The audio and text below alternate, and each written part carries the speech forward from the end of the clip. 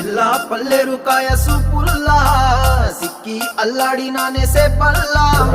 పసిడి పచ్చాని అరసే తుల్లా ధర పోస్తా ప్రాణాలు తానే అడగాల సీతా